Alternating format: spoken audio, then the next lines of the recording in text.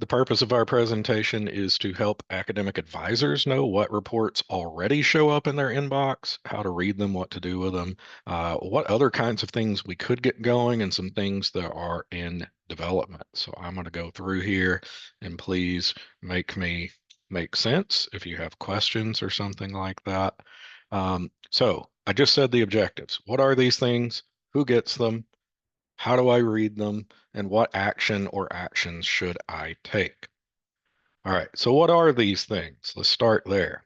These are emails that automate reports and empower advisors to influence retention. That sounds fancy. The emails will come from Argos Student SA at eiu.edu. And there you will always see a report number embedded in the signature on the email. So it'll say ARSC, and then there'll be a 3-digit number at the bottom. That helps us if we need something to change when we're reaching out to Vicky to be able to say exactly which report instead of, that one report that has the thing in it, because that doesn't really help her. And then if there's a problem with it, it also helps us identify like, oh, somebody isn't getting this specific report and we think they should be. All right. So what does ARSC stand for? I did a quick poll around the office to see if anyone knew. We had one good idea that I liked. It was automatic reports sound cool, right? Like there's just imagine this conveyor belt of reports being packaged up for you and sent to your email. That sounds good. Yeah, that's a good idea. I kind of like the second one better, though. I'm not gonna lie. All right, so idea number two, all raccoons steal chicken. Right? Right? Like that may be the winner for me, except that Vicky told me the real answer. So in case you just really want to know, it is automated reports student content. Not quite as exciting as all raccoons steal chicken, but that's what it stands for. Really not important, but we just wanted to share because sometimes people like to know that stuff. All right. So you're telling me already, hang on, calm down with the clip art. We've only got 60 minutes to get through this. So let's combine these three questions. Who gets them? How do I read them? And what actions should I take? And I've outlined kind of four primary or four categories of talking about these reports. They're the ones that the primary advisor gets. And then if that advisor does recruiting, there's some reports that are already going out. Then there's another group that the report already exists or Vicky has created a lot of the code. We just haven't turned it on yet. So it would be really easy to get it going. And there's a couple that are under development and on the way. So let's take a look at the ones that primary advisors get. You see I have their code numbers there. You're not going to remember them probably by code number, but you will remember them as academic standing emails. You've probably seen those before.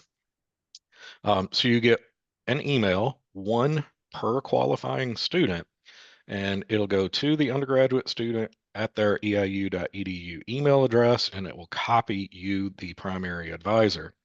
It comes from the Dean of the Student Success Center, and it is a notification of academic warning or probation. It is a referral to resources, and it is signed by the Dean of the Student Success Center and the Director of Advising. So let's see if I can get that one to open up, and please let me know if it shows up on your screen. Are we seeing the letter? All right.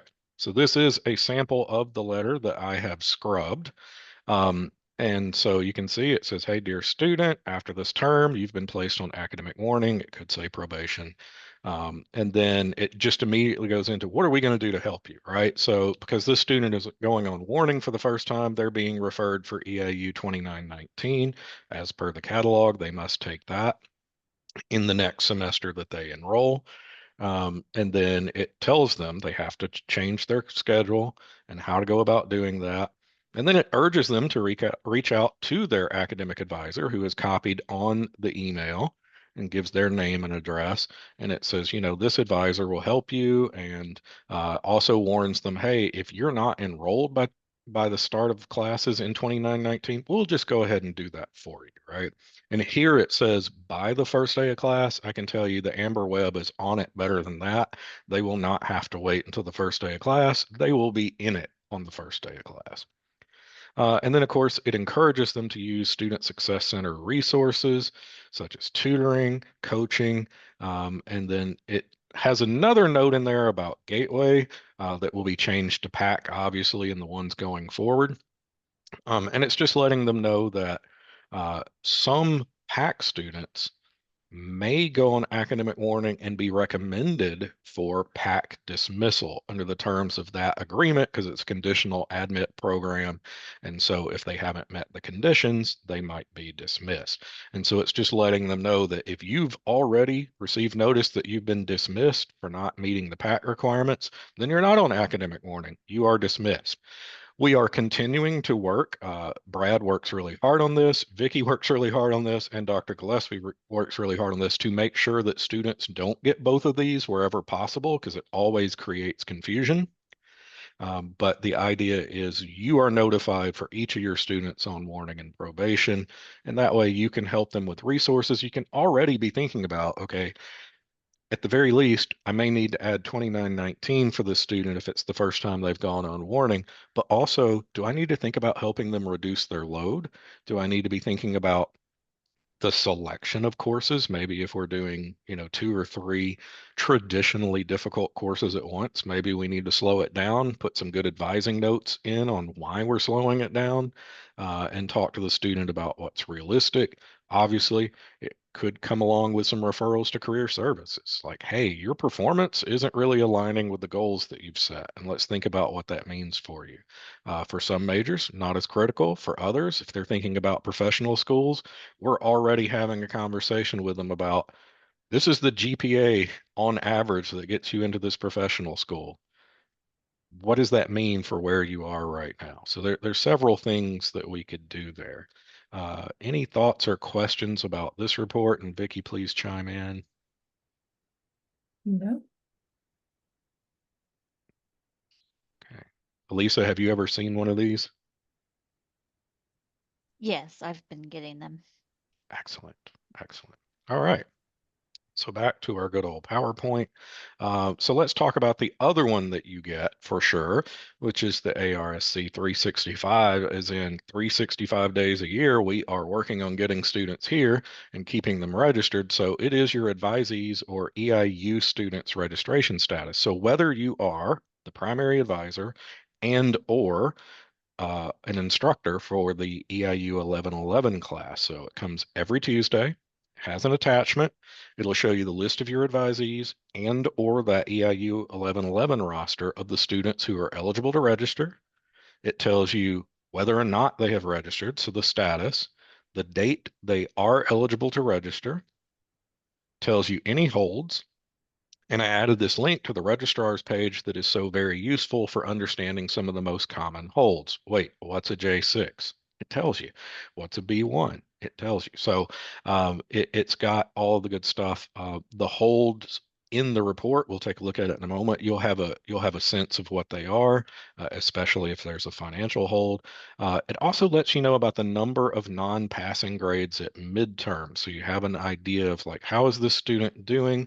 And sometimes that can be a little bit of a lead indicator that maybe they're thinking about not coming back because they feel like they can't be successful. And that could be a reason we might want to reach out to them. Also tells you where their residence hall is if you need to go through housing and dining services to help find the person. Um, some other things, a whole lot of financial aid information. And here's why it's on there. So number one, the aid year. What aid year are we looking at for this student? Whether or not they have filed a FAFSA.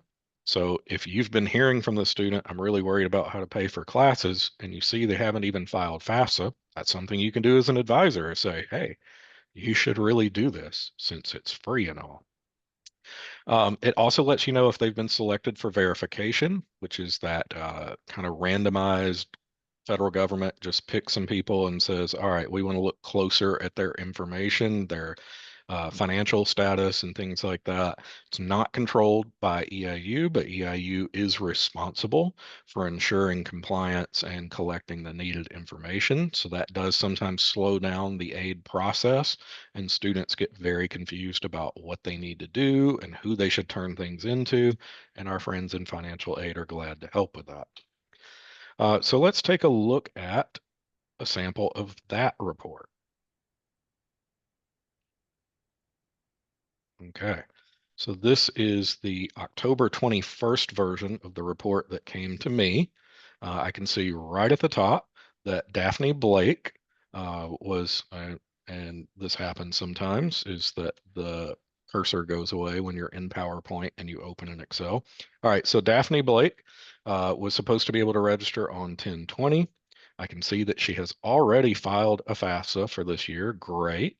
She was not selected for verification. She does not have a financial hold, so there's not a money-related reason that is keeping her from registering.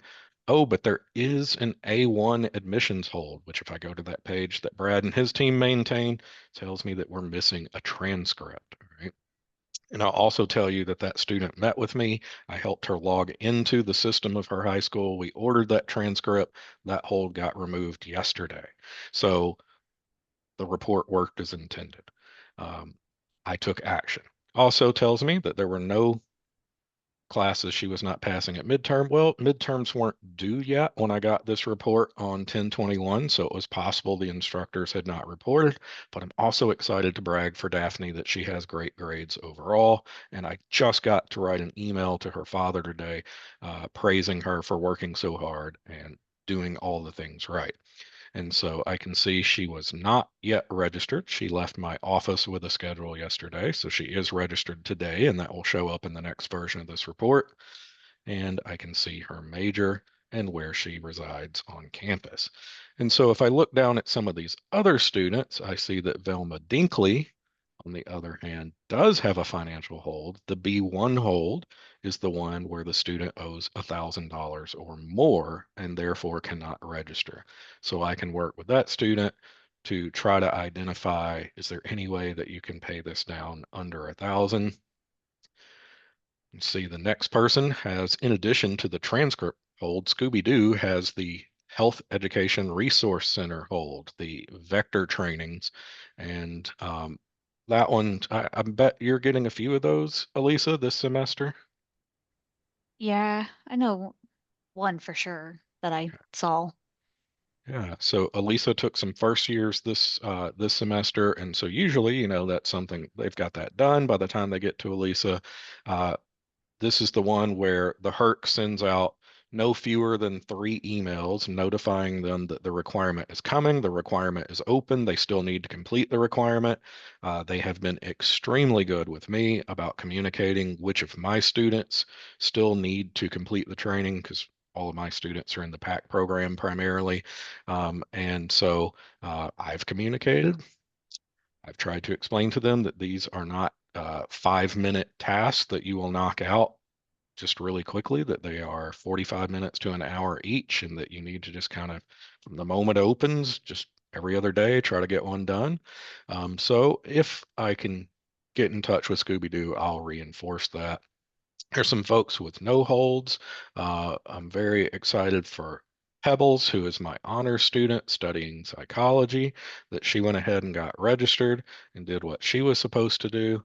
And then we can see down here, uh-oh, Barney Rubble has a J6 hold. That is the Dean of Students. I do not know why. It's not necessarily my business why. It could be something simple. It could be something not simple.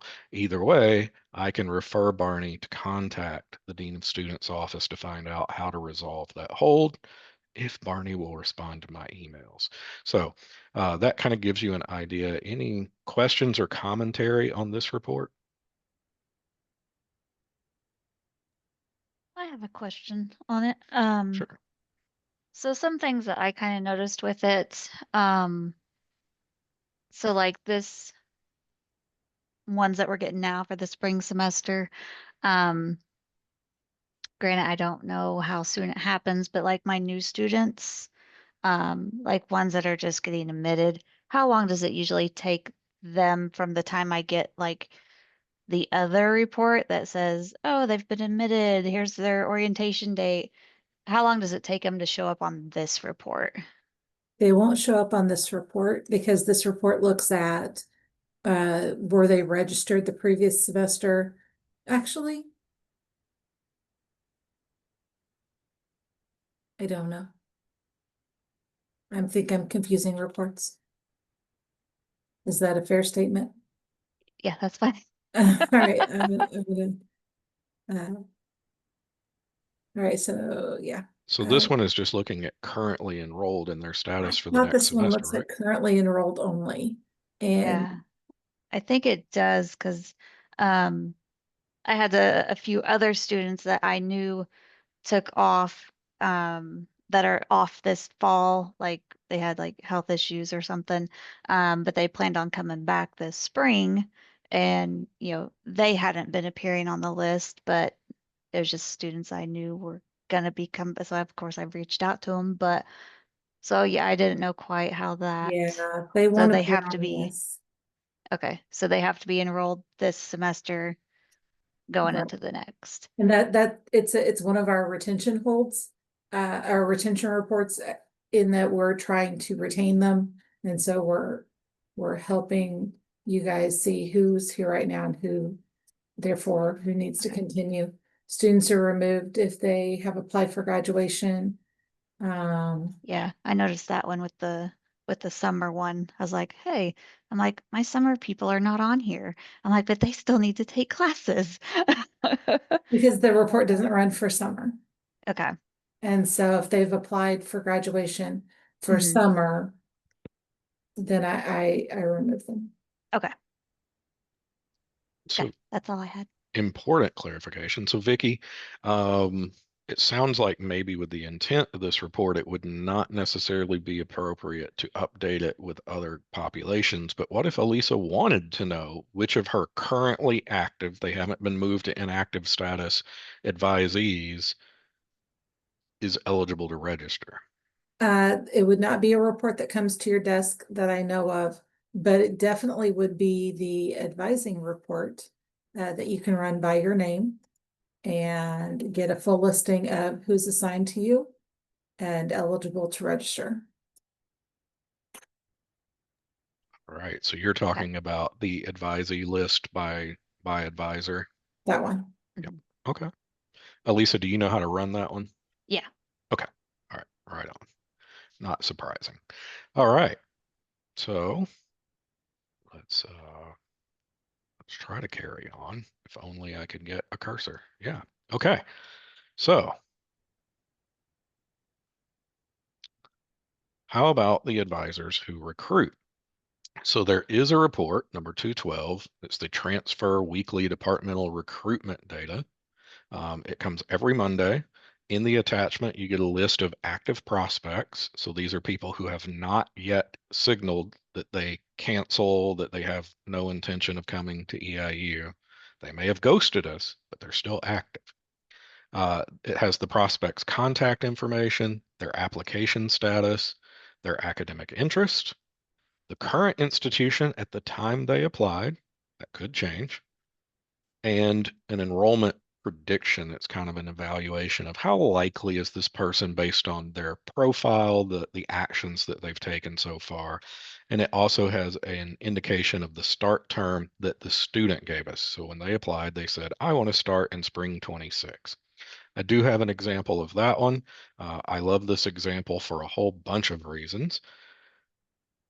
All right, so this is from 10-6, and this might have been one that you got, Elisa. Or if not you, definitely Julie got it. So we've got Jane Jetson, who lives in the Skypad apartments in Orbit City.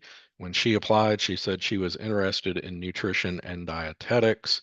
But this prospect has now gone 132 days, because she's never told us, buzz off, leave me alone, but she's also not enrolled.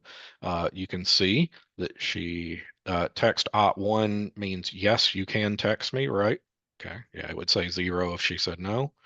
And then uh, the predictive indicator says that she's in the category that's least likely to enroll, all right, because she's never visited. We don't have anything else that really gives us an indication that she's coming this way. So you can see that she hasn't even activated her My EIU account. This was just an inquiry, right? Like we don't have an application. So we're not far enough in the funnel to expect this person to apply. I have no doubt that whoever received this email reached out to Jane and told her how awesome our program here is at EIU. And that's the purpose of this email basically is because while the admissions counselors will be able to tell them lots of great things about EIU and a little bit about how transfer works and about programs, nothing will ever replace the expertise of someone who deals with that day to day. And with the student getting to hear from that person, it just makes it much more likely that they'll get the answers they need in a timely fashion. But alas, no Jane Jetson for us. Any questions or thoughts about this one? Yes, this one has a twin, that is, ARSC 2211, and it's for freshmen. That also goes similar concept, so transfer and freshman. First year, sorry. Beautiful. Beautiful. Okay. All right. So then there are some that we want to talk about that the reports already exist. You're just not getting them yet, or only certain people are getting them. And there's even one that Vicky says, be careful if you ask for this one. So, all right. So let's start with 109, the grade change. All right. And I know that Vicky, you and Brad had some back and forth about this. Is anyone getting this report right now? Yes. Okay. Brad confirmed it's still being used. Okay. So this, I don't know the frequency. It's probably going to be the day after it happens. Yeah, it's Yeah. it's a one-off, Yeah. So it's prompted by a change occurring. right? Okay. So what happens is you get this list. Here's an advisee who has had a grade changed. It's going to tell you what course, maybe the old grade. Right. Oh, and the new grade. So that was one that I had never seen, and with a just quick survey of the team closest to me, I wasn't able to get an example, but pretty self-explanatory. Danny had a great update. Instead of a C, he made a B. Correct. Um, so who receives this report? This one. This Be one. because at least at one point, financial aid never gets this report. Yeah. And so sometimes that has in the past, when I was advising full time, anytime I had a grade change that went from a non-passing to a passing grade, I would contact somebody over there because that could affect their financial aid status.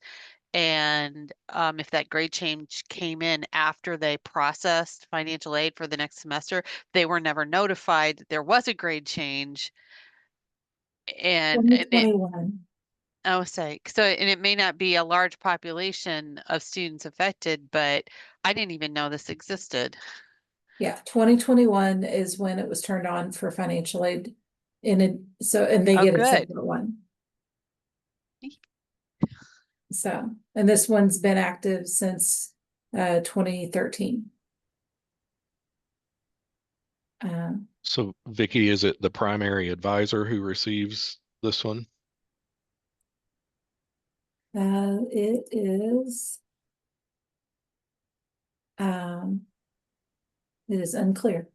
I have never received one of those ever. Um, And I do still have had students assigned as a Mhm. primary advisor during that time so period. this one, we probably need to revisit. It looks like it was a hard coded.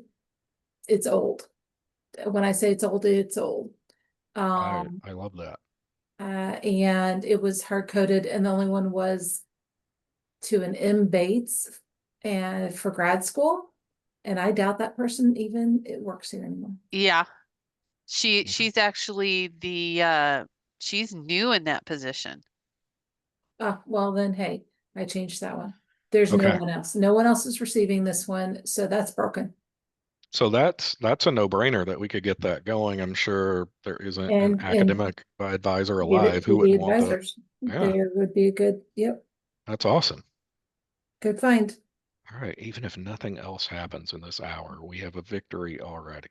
That is. Love it. Thank you for being here, Vicky. Okay, well, and I was going to say, I asked Juanita about this. I gave her the report number and told her to search by that, and she couldn't find anything. And Juanita never deletes anything, so she would have found it if she could. All right, so let's talk about another one. We have ARC 395 new transcripts received, and Vicky did get me a copy of this. I'm not going to show it off because I think it explains itself pretty well. You get an email daily if there is something to report to you, so it's prompted by the something happened. We've got a list of advisees for a new transcript has been evaluated or received, actually, is what that word should say, right, Vicky? Not evaluated. And the, Yeah, it's been received. right. And so it tells us their major, what type of transcript. Was this high school? Was this a college transcript? Where did it come from? So what was the name of the institution?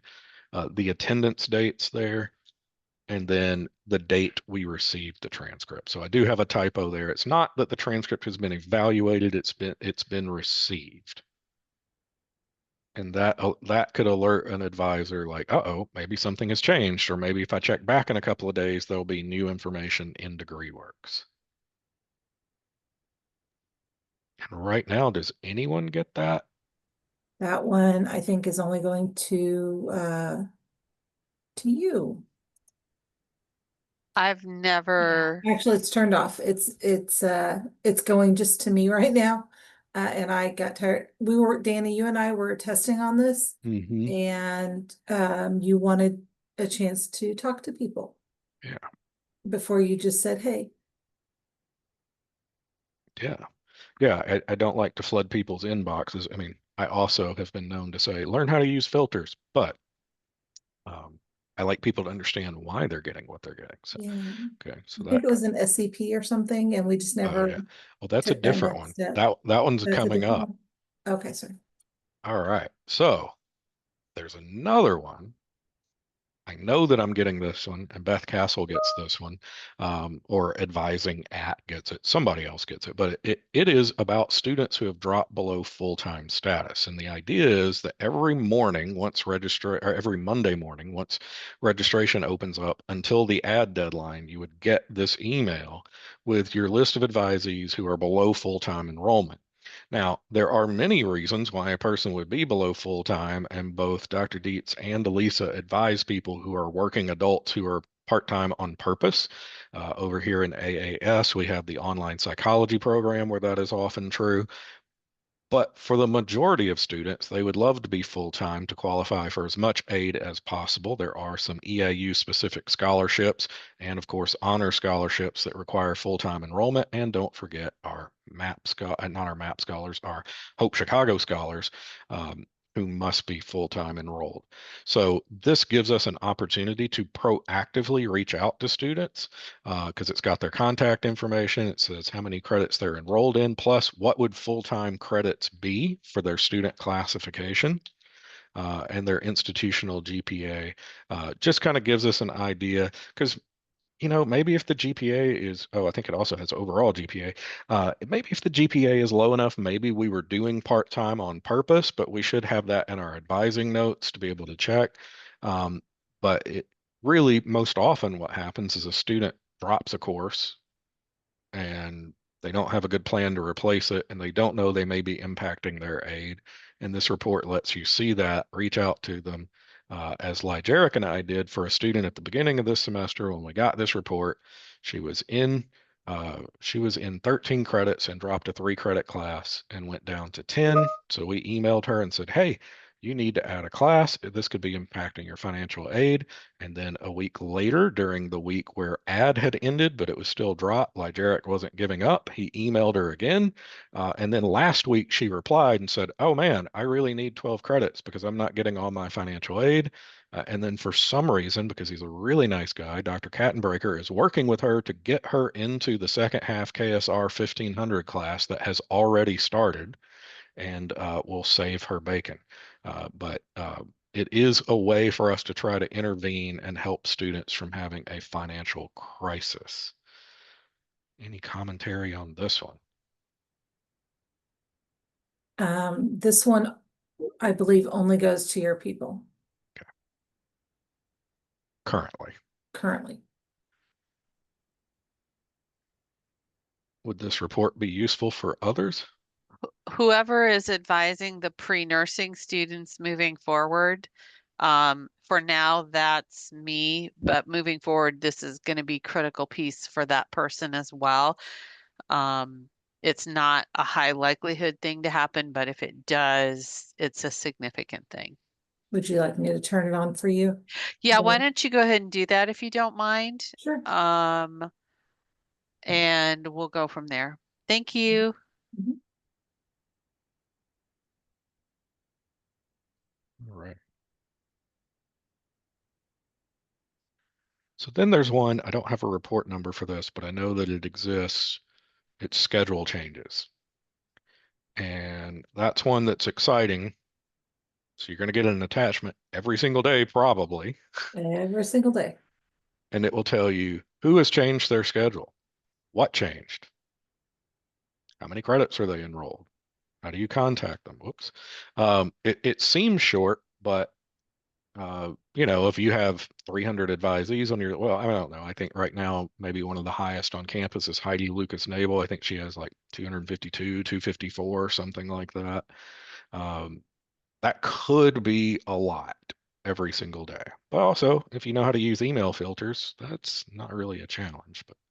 But for programs where dropping something is really critical, right? You're in a sequence and you're going to withdraw from a course to try to bail out the others. Well, maybe if they would talk to the advisor first, we would tell them drop anything on this list except X. And of course, X is the one they chose to drop on their own when they did it without talking to us.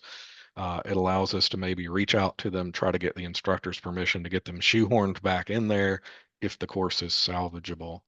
Um, but give us your warning, Vicky. Why would I not want this? So this, at least from my perspective, this seems like a lot of noise. And so every time that a student adds, every time you get a report, every time that a student drops, you get a report.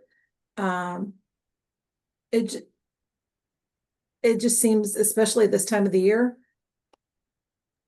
you're Is going to be like, duh, of is course, there the any way to get like a once a week summary. summary report version of this? So like Yeah, every, if that makes it better. I mean, because is it, in your opinion, is it the volume of information or the volume of emails generated that makes it noise? I think it's the volume of information. I would assume that every student is showing up on there at this time of the year. Well, yeah, this time of year, but Because they're I registering for next semester. but I could see that being very valuable the first 3 weeks of the semester. Um, and then at around midterm time again. So maybe it's one that there's a selective schedule of when it's turned on and off. Because yeah, right this time of year, you're right, absolutely would be a lot of noise and you might miss something important. But um, I'm thinking about working with the pre-nursing students during the add drop deadlines, knowing that they are messing with their schedule. That would be important. And then, the kid who withdraws and is now below 12, although you have the other report that does that. So I don't know. It's Right. valuable information, but you're right. It would be very noisy. I mean, I don't care. It is totally the preference of the people receiving it. But this one is going to nursing for one NUR, and NURS majors. So Yeah, and that's JC, and that's after they're admitted when absolutely it is critical, but they aren't making a lot of changes because by that point they are taking almost all nursing courses. So Mhm. that is probably not too noisy. For the pre-nursing students, it might be too noisy for me. But But yes, I can summarize it per week. that might be a good place to start.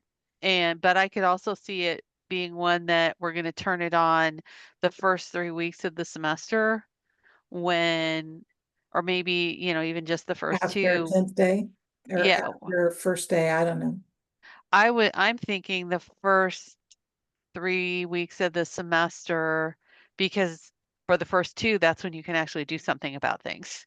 And you can a little bit, as with Danny's example with Dr. K, you can a little bit the next week after, but I mean, knowing that they're changing later than that, there are other reports that tell you if they drop below load or any of the critical things. But if they're messing with their schedule the first 2 weeks of the semester, there might be a lot of other reasons to be able to know what they're doing. So I don't know. Okay. And I was just going to echo those very points from Dr. Dietz. I know when I was teaching, I received some of that, and it was Mhm. immensely helpful to get those reports. And I think the first 3 weeks of the semester are really key, are going to be helpful for advisors. But in those programs that are really tight, like a nursing program, or our colleagues in education too, if students are changing their schedules, those are things that would raise a flag right away. So I think this report is valuable too. So we figure out a way to do that. Okay. I'm all for it. Absolutely. It was just the way I saw it. Mhm. So Yeah. I'm glad. And Dr. Gillespie, is this something that, as Hope coordinator, that you would want to get, or that you would want Frankie to get? Somebody. Frankie. Yep. Absolutely. And so I don't know how you make that happen, Vicky, because she's not assigned as their academic advisor, but There I know was you an can. email about that. Mhm. Yeah. I'm behind. Yeah. That's all right. All right. Great Thank you. discussion. Glad we're doing this. All right. So what else can I show you? I can tell you that there are some more things under development. One that I think really showed up for us this summer is a need to know when test scores change. So we would get one created that would have an attachment that would show all the advisees who have a new test score, whether that's ACT, SAT, ALEX test, but specifically the ACT and SAT subject tests we need for course placement, right? Um, and so then we would know what score has changed, how many credits they're enrolled in, and how to contact them. So that if we needed to reach out and say, hey, I see that SAT came in, you can now register for that math class or that English class.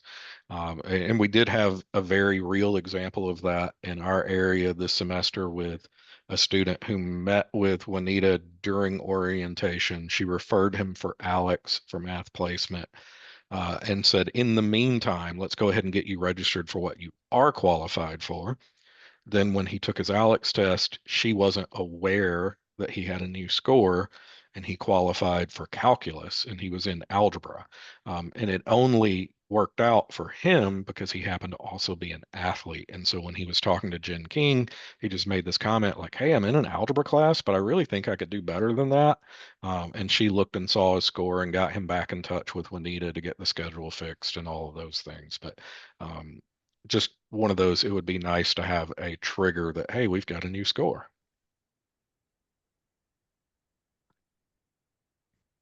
Do you, I see you have frequency in brackets.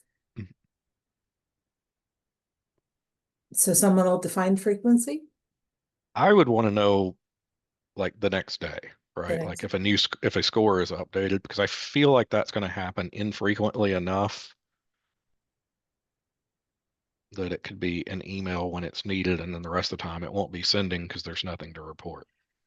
Sure. Would this include, I mean, I had one of the things that I dealt with, never having really advised a lot of first year students before, is the wild variance in when AP scores came in. And I was fortunate a couple of times that whoever's entering them in the registrar's office also checked the student's schedule to see if it affected, and then reached out to me and said, hey, this person's got an AP score, they're registered for the course, they don't need it anymore. And so I wondered, is there another report or another, would this include those? Do we already have a mechanism in place and I'm just have not had enough exposure to it to realize that? Because that I could see that there's just so unpredictable when that comes in, or when dual credit transcripts come in and some of that kind of stuff. Or is that already being handled and I just don't realize it because that hasn't been a big part of my job? No, but I think that's Danny's other proposed.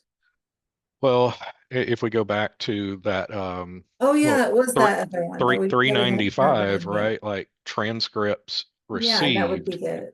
So because a dual credit transcript's going to be a college transcript, and so And that the should get AP's, us comes in as a college transcript, I yeah, believe. or a test score, right? How does that work? I thought it was a transcript. Brad, do you remember? Well, I mean, I don't know what it's looking for, but as far as AP credits and all, I mean, they have an institution code. If it's looking for institution code, I don't know if it would know the difference. Yeah, I think That that makes it has, sense. goes in as an institution and then they get a course like that, like it's Mhm. been, um, articulated. That's the word. Awesome. So that should show up on that transcript report also. Yeah. Beautiful. All right. And then one more that is already kind of in the works. And this is the one that you heard Vicky talking about that was connected to a strategic enrollment plan item from last year. And we got pretty far down the line on developing it and got to a point with the associate deans where they said, okay, not only do we want this, we want a way to close the loop. But here's the concept. VP Norman was at an event with fellow enrollment managers, and one of his colleagues said, hey, at our institution, when a student requests a transcript and it's not clear that they're asking because they're getting ready for grad school or they're on a 2-4 program and they're asking at the appropriate time, we send an automatic communication from the academic advisor that says, hey, Michael, I noticed that, not even I noticed, sorry. They don't mention that I saw you request a transcript. They just say, hey, Michael, I just wanted to remind you that I'm here for you if you need anything. How's your time at EIU going? Is there anything I can do to help? And they found that timing that email after a transcript request would sometimes get a student who's feeling down and out and thinking about transferring out to respond and say, well, I'm really worried about how I'm going to pay for next semester, or I'm incredibly homesick and I was thinking about trying to transfer somewhere closer to home. And if it can save the student's retention at EIU, beautiful. But even if it can't, even if that homesick student just really needs to transfer closer to home, it at least prompts a conversation that helps the student have a smoother process and ensures that they know that EIU cares about their people. So here's how this report would work. You would get an email every Friday with an attachment of all your advisees who have requested a transcript. Know that the automatic email from you, the primary advisor, has already gone to them saying, hey, is there anything you need? How can I help? And it would let you know the day they requested the transcript, how many credits they have earned, so that if that means something to you in your analysis, also their GPA, what their major is. Vicky has worked hard to try to trim this in a way that it would remove people who are obviously asking for a transcript because they're appropriately planning for grad school or they're on that engineering path and it's time for them to move to UIUC. I will show you an example of what the report looks like. And in this version, I'm getting everyone because I'm the only one currently getting it. But this was from 10/17, and I can see that Bugs Bunny requested a transcript on October 9th. Bugs has 39 credits earned and a 1.6 GPA with a major in accounting. So it's very likely that Bugs is feeling like I cannot be successful at EIU. However, If I were his assigned advisor and reached out to Bugs, maybe Bugs says something back, like I'm really struggling. This would be an excellent opportunity to try to connect Bugs with career services and say, are you in the right major? Are you pursuing what aligns with your passions and skills? Um, whereas we can see that Sylvester, different student, 73 credits at a 3.7. I don't quite think that Sylvester is thinking about grad school yet. And I'd have to get deeper into that student's profile. Are we a pre-med student? Like what are we thinking about? But at 73 credits, I don't know. Why are we requesting a transcript, right? So you can kind of see on some of these, poor Elmer Fudd, only 3 credits earned and a 0.36 GPA. So there's another case of what is going on. And I'm interested in Roadrunner as well on the bottom there. We've got a physics major, but not on the engineering path, currently on the astronomy path at 43 credits. So what's going on with Roadrunner? Why are we looking at something else, right? And sometimes I suppose they could be requesting a transcript for a job. That's not too likely for these folks. So it's most likely that they're requesting a transcript because they're thinking about being somewhere else in the near future. And this would be a way to possibly intervene if there is a possibility to save them to do so. Vicky, what else do I need to know about this report? That pretty much summarizes it, and just the fact that we really don't know why they request it. Maybe they wanted scholarship outside of Eastern and they needed it for that. It's just, it could be a good reason. And so in this case, Josh's idea is let's not make the advisor have to slow down in the middle of their day and send that email. Let's have the email go out automatically. And then if the student responds, and that was the part where the associate deans asked me, can we have a little cheat sheet? Can we have a quick one pager? If we do get that response, it'll have the automatic email in it because they're replying to it. So I'll know, and I've been alerted that Bugs has requested a transcript. But if Bugs Bunny replies and says, yeah, I'm really struggling in my classes and I was thinking about going to a community college, what should I do? Or if Bugs is like, well, I'm going to have to get a job in order to afford classes. So I was thinking about time off to work. What do I do? Right? Or my grandpa is sick and I've got to help my mom take care of him. These are all real things that advisors see. And the hope is that email will just make them feel cared about enough that they feel like EIU is home for them, that we're following through on our promise of being that high touch university with good personalized attention. I think we had discussed having the email come out like it was coming from their advisor. Yes, Also. yes, from the academic advisor.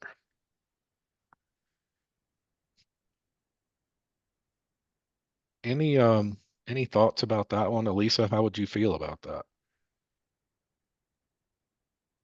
Yeah, I think that's a good idea to get it. Because there's a lot of times when we have no idea. Like students just disappeared and we're like reaching out and like, hey, like what happened? Where'd you go? And I have no idea that they've transferred or anything like that. So How would you feel about it coming out like you had sent it? uh yeah, I think that'd be fine. Okay. I don't see an issue with that really. I mean, we're able to all collaborate and try to agree on a message. You just need to make Yeah. sure as best as possible that the advisors know that that's happening because there have um there have been a few instances, for example, in the past where letters were going out to alumni signed by faculty in their position in the department, and the faculty person didn't know that their name was on the letter, and then the person follows up with them and they're like, I have no idea what's going on. So just as long as people know that it's being done, I think it's a great idea because then the reply address is going back to the person that that student needs to connect to. Mhm.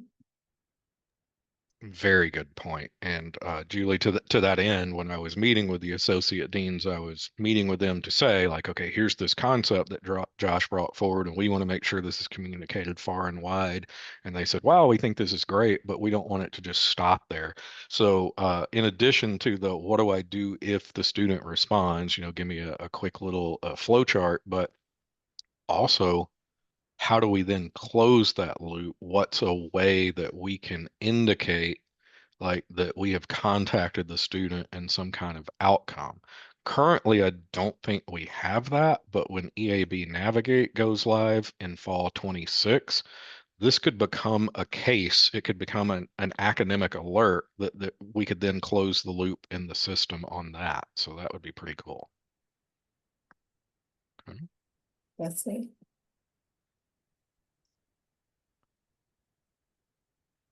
That was it for the slides that Vicky and I had today. And this is all about the automatic reports that are going straight to your email. So do we have discussion, cool ideas for additional reports, anything like that?